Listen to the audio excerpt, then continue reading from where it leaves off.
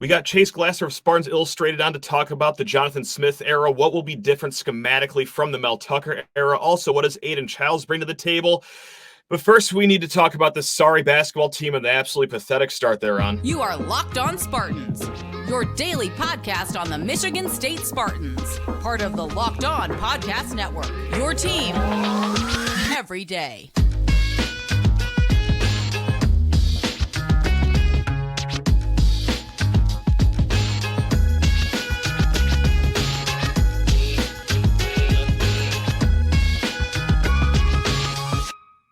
Spartan friends, Spartan family, Locked On Spartans listeners, I'm sure you guys are all in a great mood right now after another riveting basketball game by that very hard-working team that we got. Yeah, that top 5 preseason team that isn't even a top 5 team in its own conference anymore, and we're not even 2 games into the conference season. How fun is that? Hey, we're going to talk about this basketball team in the first segment, then we're going to brighten things up with football in segments 2 and 3, but before any of that, please rate, review, and subscribe to this here podcast or YouTube channel. Go ahead, smash that 5-star button if you're in a good mood, but if you're not in a good mood, I completely understand, because let's talk about this basketball game. Quite frankly, I don't know what the score was. The scoreboard may as well have just read outplayed, out-toughed, and quite frankly, out-cared again. Again, this is a theme this season, and this is a absolutely horrid start to the season. And no, that's not some hot take. I'm pretty sure we're all on the same page right now. But I felt this way after the Arizona game, because right now, as things stand, you are 4-4, but you've only had 3 serious games. You've only had 3 games against teams with a pulse. Wisconsin, okay, that was at home. Duke, and then Arizona. No, I'm not going to count Butler, a team that me, you, the lady that makes your coffee, and her 2 children could beat tomorrow if we were to play against the Bulldogs. So that's 3 teams that have a pulse, yet you still have 4 losses because, well, you got popped by James Madison once again at home in this early season. And save it anyone that says, oh, well, James Madison's a good team. They were ranked for a little bit. Kindly shut up, okay? This is a top 5 team. This is a pathetic start, even if it wasn't for the preseason top 5 ranking. This is abysmal, but the fact that they did enter the year in the top 5 and are already at 4-4, which, by the way, first team to do that in nearly 20 years, the last team to do it, that's right, your Michigan State Spartans in 2003, 2004. It just makes it all the more fun right now. Oh, man. So I know the big question online right now is a lot of people are panicking is, hey, are we going to make the tournament? Oh, man, are we going to make the NIT? We'll get to that here, but at the end of this segment here. Now, what I don't want to hear any more of, and I think after this loss, we're on the same page here, is no more, hey, wait until March. Heard a lot about that after the James Madison game, after the Duke game, after the Arizona game. But yes, I don't want to hear it anymore, and I do not want to hear about how Michigan State is losing to good teams because, damn it, Michigan State was supposed to be one of these good teams. It's one thing to get overly excited about that win against Marquette last March, a win that really permanently damaged a lot of us fans and how we think, myself included. I was very high on this team going in, but yeah, it's another completely different line of thinking to just say that, oh, wait till March. Oh, well, hey, it was a little fluky game here, and this stat was weird, and that one was weird, and we'll get more into flukes later on, but no, that is just loser talk because, hey, call me crazy. I like winning some cool non-conference games every once in a while. I like being a factor in Big Ten play, something Michigan State hasn't been in about 4 years here. So no, let's not all lose who we are as Michigan State fans, fans of a blue blood program, as we'd like to think, fans of a juggernaut, fans of a championship caliber program. Okay, you just don't have to win just during March. Just 2 wins in 1 weekend at March. Isn't that fun, guys, really? It can be a full season-long thing, and it hasn't been for quite some time here. All right, now we're going to talk about, well, everyone. Everyone, because everyone is to blame for this brutal of a start to the season. But we're going to start at the top. I'm sorry, the coaching, a guy I love like a family member, Tom Izzo. And of course, I have to say this as a talking head because we are contractually obligated to do this, but he has more basketball knowledge in his fingertip than I do in my whole body. And well, I just said I love him like a family member, and like many family members, sometimes they get on your nerves, but at the end of the day, you will go skipping into the daisies all happy together. Now, when that's going to happen next time, will it be this March or will it be when he retires and we look fondly back on the good days? Who knows? But right now, a little irritated with what's going on in the coaching department. What on earth were we thinking with that starting lineup? Mady Sissoko and Carson Cooper in the same starting lineup? Because what's better than one offensively deficient big man? How about two, I guess? It's like we just always sunny in Philadelphia, cats in the wall routine are big men. All right, well, we got a problem. Let's just keep on piling that problem until it doesn't even matter anymore. Except, well, all the idiots like myself on Twitter that saw the news that Mady and Carson were going to start next to each other and said that was a horrible idea. Well, shoot, us idiots were right. That's how good things are going, where the dumb people like myself on Twitter are already calling what's going to happen early on in the game. And no, that's just not just me being a sourpuss. _Zinger on Twitter. Also, AndyHRCMB on YouTube. Thank you for your hard work, sir. Anyway, he tweets out advanced box scores at the end of every game. That starting lineup in 7 possessions. 7 possessions were a -7. And that's another hole to dig out of. Just like the James Madison game, just like the Duke game, just like the Arizona game. But it goes far beyond just the starting lineups at this point because, hey, we didn't really hit on this after the Arizona game on this show because, well, football was finally making us happy with their coaching hire, so we put a lot of attention on that. But those 2 or 3 timeouts that Izzo didn't use at the end of the Arizona game when the Wildcats were making their run and MSU was just peeing down their leg, do we get to use those in conference play, or do we use those in 2024, or when do we get to use those timeouts? Or, hey, how about at the end of the James Madison game? Good comeback there, Michigan State. One of the many vanity comebacks that did not make a difference this season, but that was a good comeback against the Dukes of James Madison. It's a good thing we switched away from that small ball lineup that was working so we could throw our big man in there who really can't do much right. And then, well, would you look at that, James Madison pulled away with the win. So yes, just personnel on the court, or really too, just personnel in the off season as well. Because, hey, also at the end of the day, who's in charge of making sure that these players develop? Because I don't know, has anyone looked better than they do last year? I guess Trey's making a few more 3-pointers. Cool. Awesome. Tyson Walker, he's scoring a little bit more in games that will ultimately end in a loss. But is anyone else improved from last year? Specifically, the big men. And yes, we have harped on the big men time after time again. And I'm going to give the players themselves a break here, because doesn't that fall on coaching that when you get a player and he's here for 4 years, that you make sure he develops even a little bit, that he gets one post move, that he isn't getting lost in space on ball screens at the 3-point perimeter? No? Okay, well, that seems odd. Or, hey, how about this for irony? What happened in this Wisconsin game? AJ Storrs absolutely blitzed Michigan State. That is AJ Storrs, who's on Wisconsin by way of St. John's, because he transferred here. And oh man, would you look at that? You can actually improve your roster in the offseason by fulfilling a need.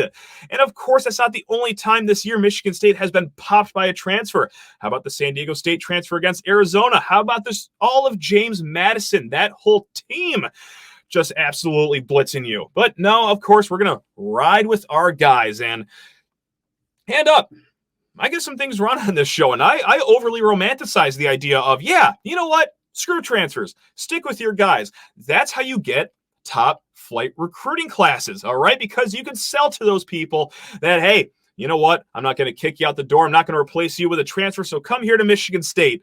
And that's all great. That's all sunshine and rainbows, unless the recruiting class that you sign really doesn't do anything.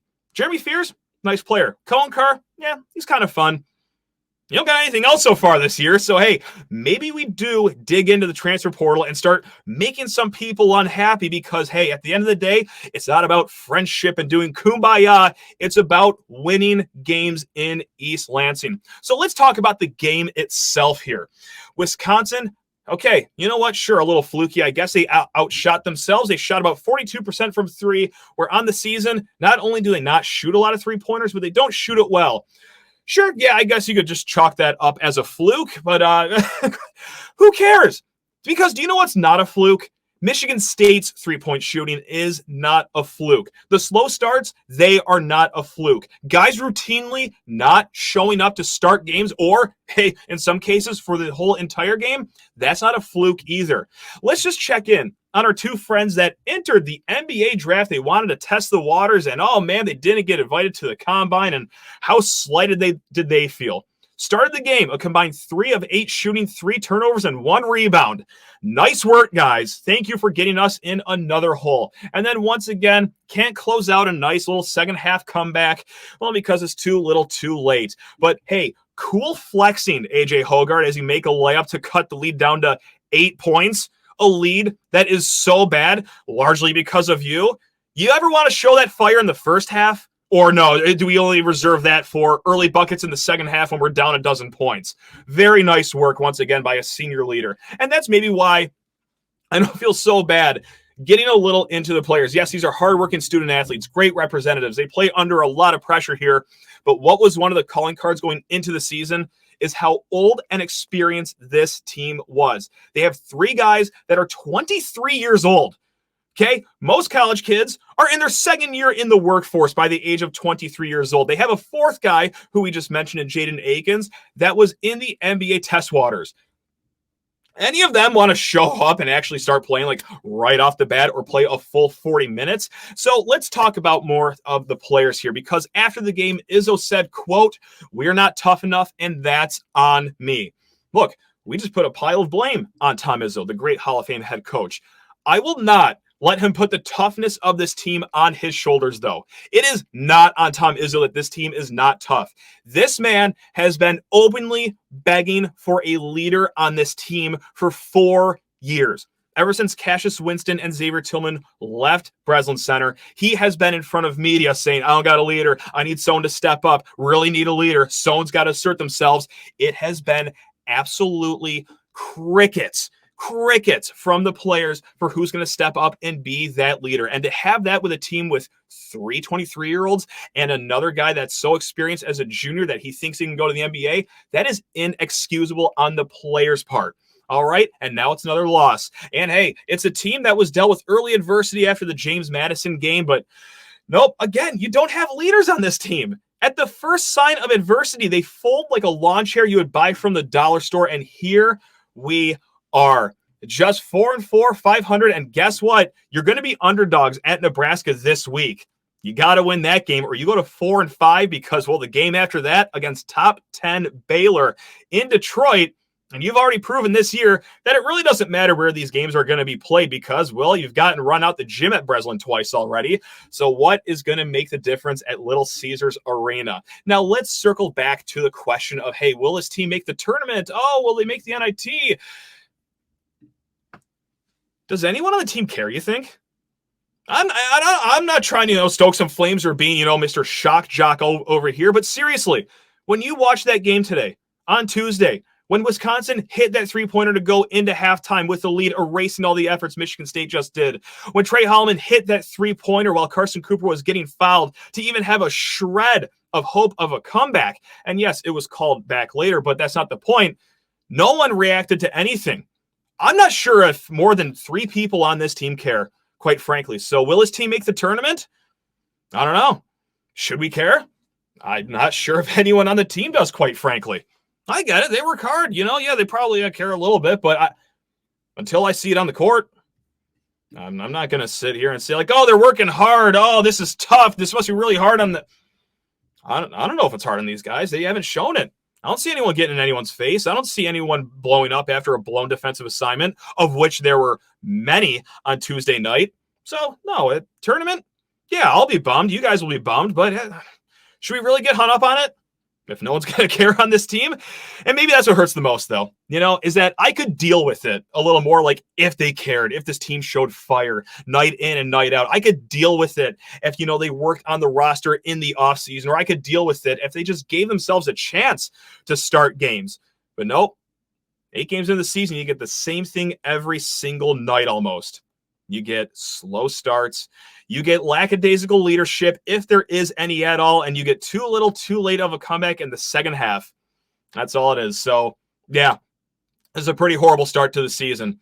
Sorry, I'm not a Mr. Ray of Sunshine right now, but hopefully we'll get that to you here in the next segment here. Oh, God, 15 minutes for that first segment. Mr. Lockdown is going to be furious at that. All right, but first I need to talk your ear off about Jase Medical, Jase Medical. And I know that we come to sports to escape from some of the crazy realities of real life, or unfortunately, if you're a Michigan State fan, the crazy reality is that your team is terrible on the basketball court. Anyway, but hey, can we just talk for a minute about preparing for life? According to the FDA, pharmacies are running out of antibiotics like amoxicillin right in the middle of the worst flu season in over a decade. I can't imagine a more helpless feeling than any of my family members or friends getting sick while the supply chain issues keep rolling on and keeping them from life-saving medications that they really need. But thankfully, we will be okay because of Jase Medical.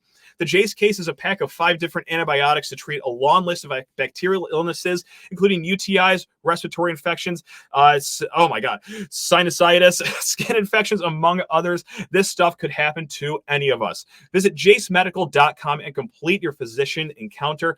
It will be reviewed by a board-certified physician, and your medications will be dispensed by a licensed pharmacy at a fraction of the regular cost.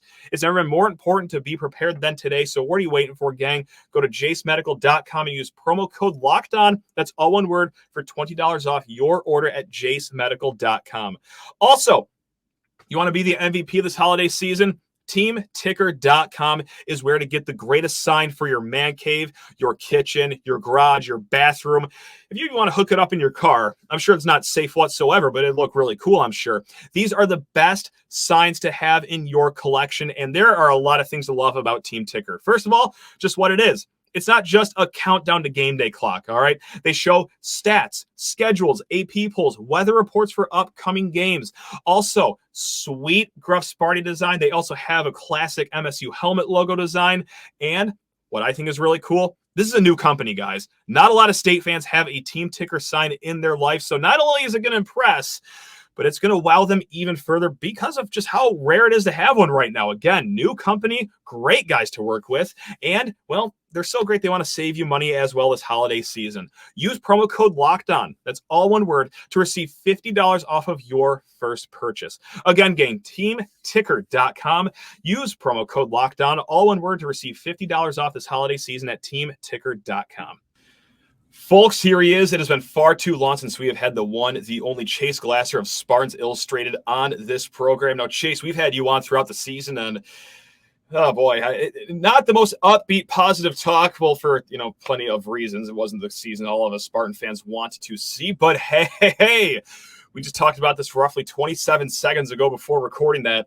There's actually positive vibes around East Lansing right now in this program. Absolutely. Chase, right off the bat, how should us State fans feel? Even though we're not bowling, it's 4-8 season. There's a lot of mystery going into this transfer portal window here, but how should us State fans be feeling?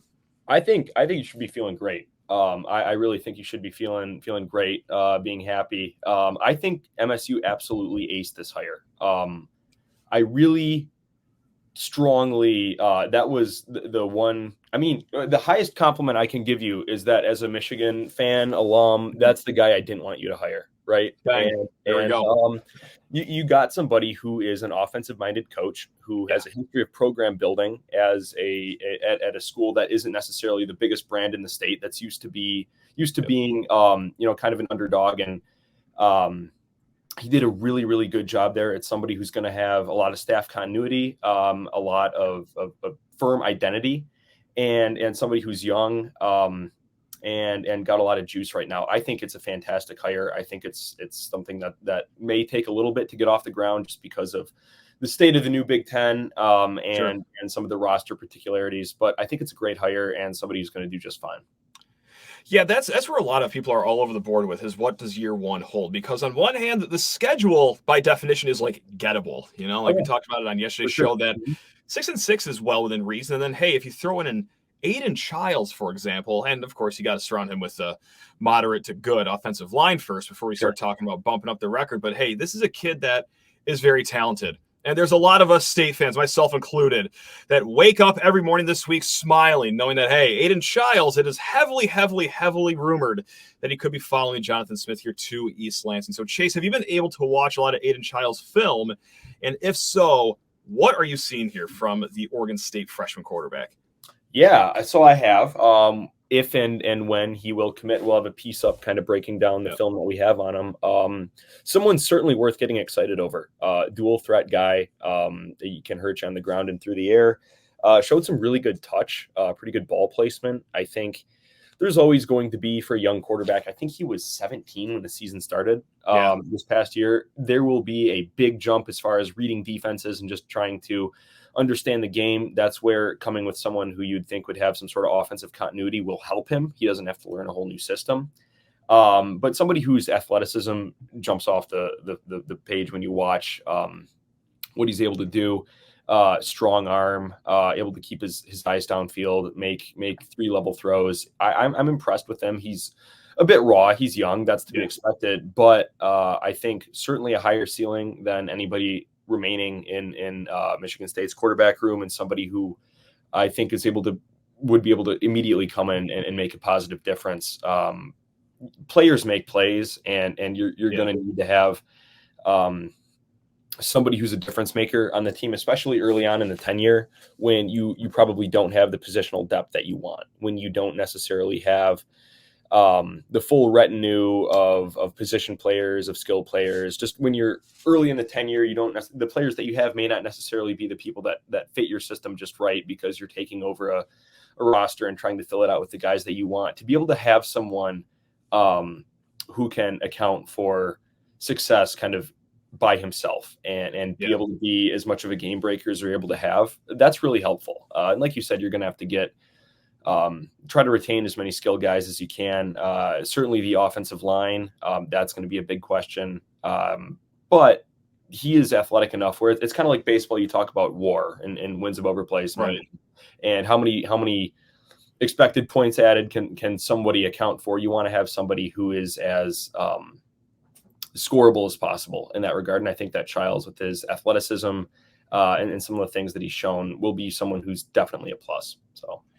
And that came back to a question we got yesterday is like, what does Aidan Chiles on this team mean for Jonathan Smith? Should it happen? And I said, look, and I know this sounds maybe ridiculous, especially after back-to-back bolus seasons, but with this schedule, I can see 6-6 almost being, dare I say, a floor for this team, so to speak. Yeah. But if you get Aidan Chiles, you could bump it up to 7-5, 8-4, but that offensive line has to be shored up. And the example I use is, hey, Shedeur Sanders over at Colorado. Right.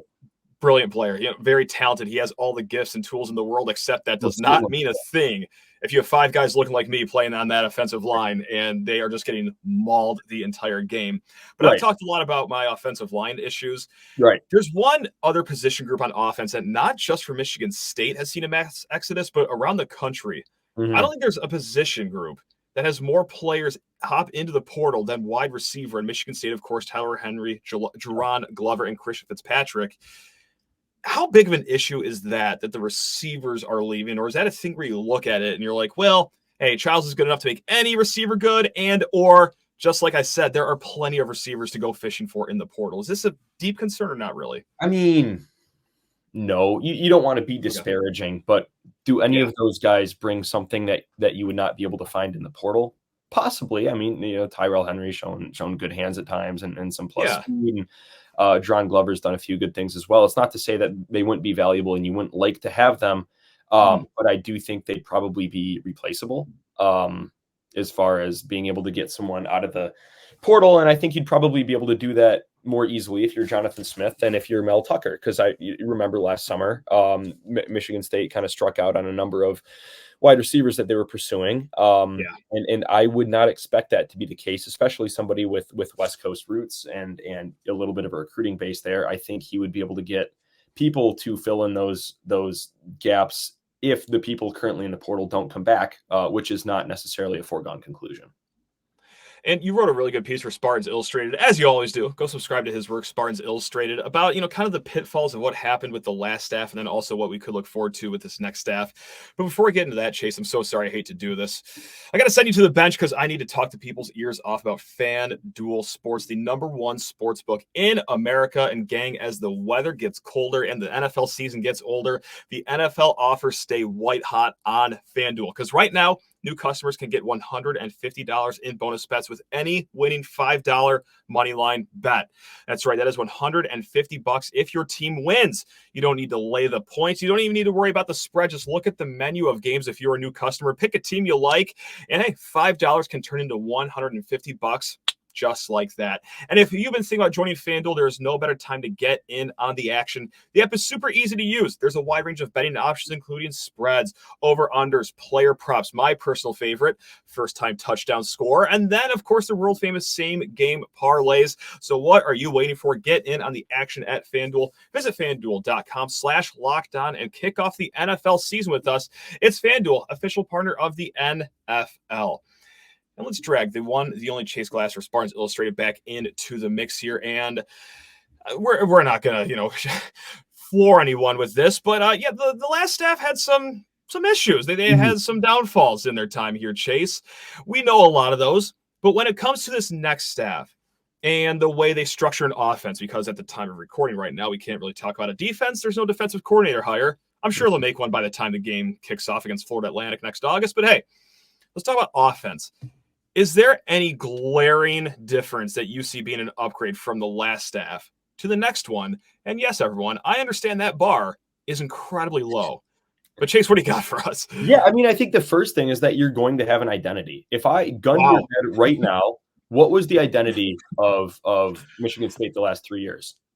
Someone asked me that question, and I said some talented kids who are run by a gaggle of substitute math teachers, it seems like, that just don't know what's going on. So, yeah. There wasn't an overwhelming schematic theme. If you look at, like, the teams in the college football playoff right now, each one of them has something unique where you know what you're going to get. Michigan is going to line up and try to shrink the game and bash your face in. Alabama is going to probably do the same thing and do it a little bit better with we're going to be bigger, faster, and stronger than you.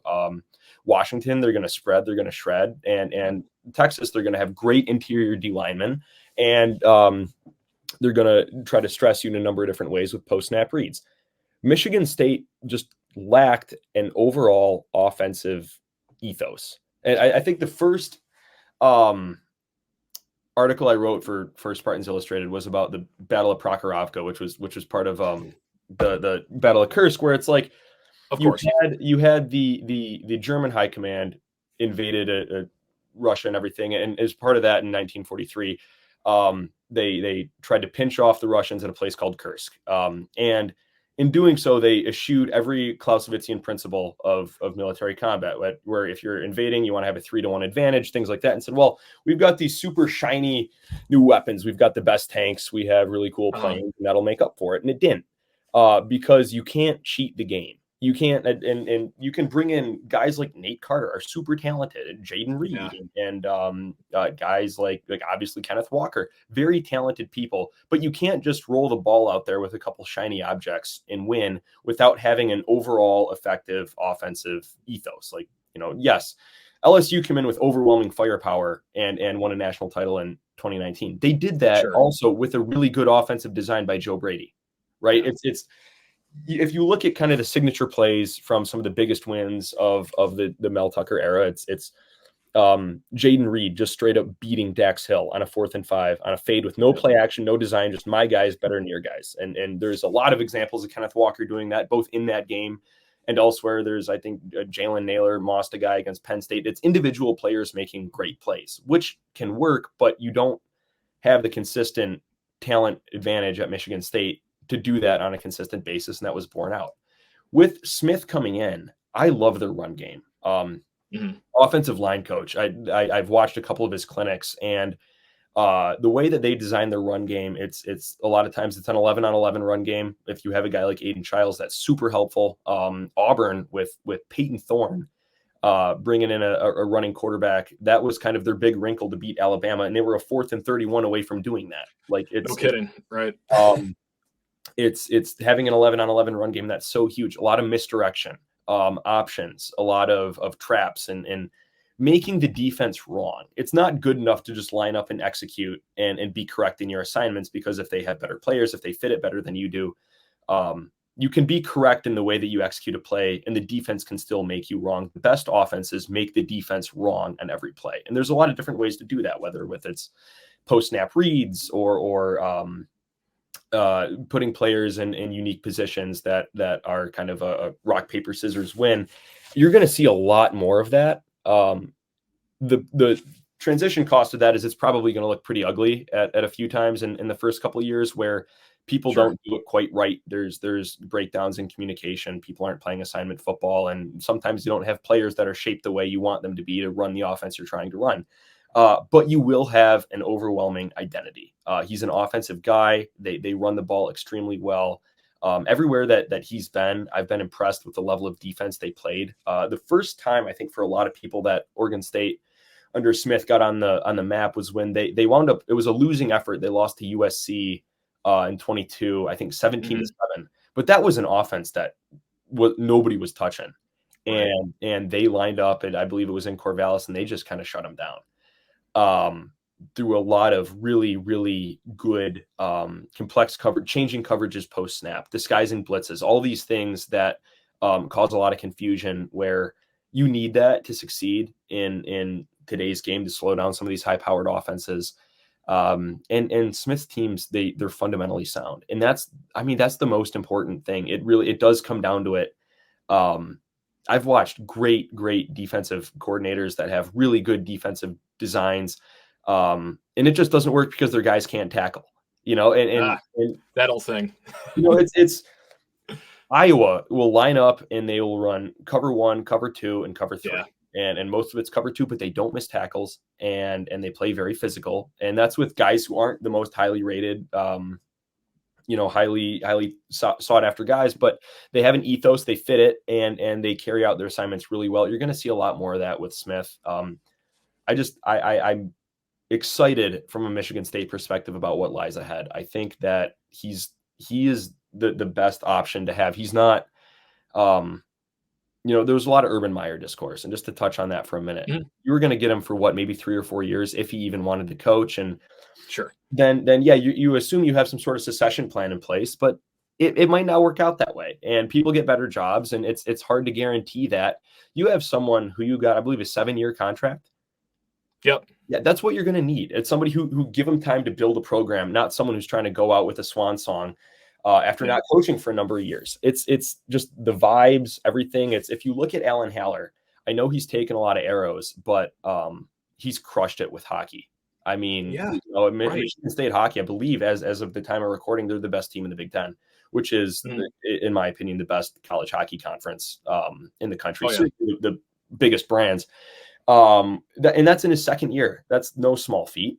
And the coaches that he's hired elsewhere, young, high integrity, and doing a really good job early in their tenures. I think you're going to see the same thing with Smith. I'm just really impressed with the hire. I think that there's a lot of promising stuff there. I think the vibes are good. You're not going to have, I would imagine, the controversy. He's someone who's run a program before. You're not going to have some of those early pitfalls, and he probably will not be doing illicit things with university vendors. Fingers crossed. Yeah, that'd be great if he didn't. Yep. Yeah, I think that this is who they needed. I think that you needed a bit of a cultural reset after the malaise of the kind of end of the D'Antonio years, and then things fell through with Fickle, and then you have to kind of make a desperation hire on a guy who I called a Peter Principled showman in my piece. And I think just a young, energetic guy with a lot of upside. This is who you want, and I think it's going to work out really well for State. So far, so good here. I mean, I know that we're not even close to kicking off the season, and practice is far from even starting. But yeah, so far, all things considered, the concerns are very light compared to what we're taking away as positives here. And that is a good start to another chapter here in East Lansing. So this is great. And hey, we even got the Michigan Wolverine here endorsing this hire as well. So what more could you want in life over here? Chase, Another sensational chat, man. Really, really always appreciate having you on. I know football season over here is tapering off, but we'll find ways to drag you back on here. Absolutely. Don't you worry. Don't you worry. We'll have pieces up, when certain players that we would really like to commit if and when they do, we'll have that up. And as we get defensive and offensive coordinators more locked in, and we have a spring game, we're going to have some pieces breaking them down. It's my job is going to get a lot harder because the stuff's going to be a lot more complex because it was pretty easy to go through and look at some of the stuff that was being done before. But it's, a lot of scheme primers and trying to, get the basic terminology down and how to think about different things and kind of what to look for. And it's going to be fun. I mean, it's a new day, and we're going to have a lot of good stuff over there at SI. I will say, just if I could plug the site for a sec. Go for it. There were a lot of people who got a lot of attention for intimating certain knowledge that they may or may not have had about certain coaches that may or may not have been coming. And from the beginning, the insiders that we have over there were extraordinarily consistent with their sources in the athletic department as far as what was not happening and what was happening regarding Urban Meyer and regarding some of the coaches that Michigan State was looking at. And the whole was all borne out to be completely ontologically 100% correct. I think it's a testament to not to say that other reporting was incorrect or that wasn't legitimate, but we did turn out to be correct. And I think it's a testament to some of the people we have working over there, and we'd love to have you over at the site if you're a listener. So it's a lot of good stuff going on over there. Yeah, Spartans Illustrated knocked it out of the park. No question about it. You guys, David Harns as well, Ryan O'Plennis, because what was fascinating is that, hey, we lauded Alan Haller for how secretive he was during this whole search. But yeah, Spartans Illustrated was able to get inside, confirm some things like the initial candidates, the candidates coming back for second rounds of interviews. And that wasn't even by Michigan State sources. Like, they've really had to cast a net outside of East Lansing to even get this locked down. And it wasn't just, they read one thing on a message board. Like, no, things were pretty triple sourced, pretty locked tight here. And yeah, as good of a job as Alan Haller did trying to keep anything out of the message boards, the medias or whatever, Spartans Illustrated cracked the code and they did it brilliantly. So yes, guys, go ahead. I don't just shill for them just for fun. They do great work over there, Spartans Illustrated. So yeah, go give them a subscribe over there. And Chase, thanks, Lyman. This has been great. Do you just before I let you go, do you just want to be defensive coordinator? Oh God, I it's crazy how unbelievably complex that stuff is. I much more knowledgeable about the offensive side of the ball.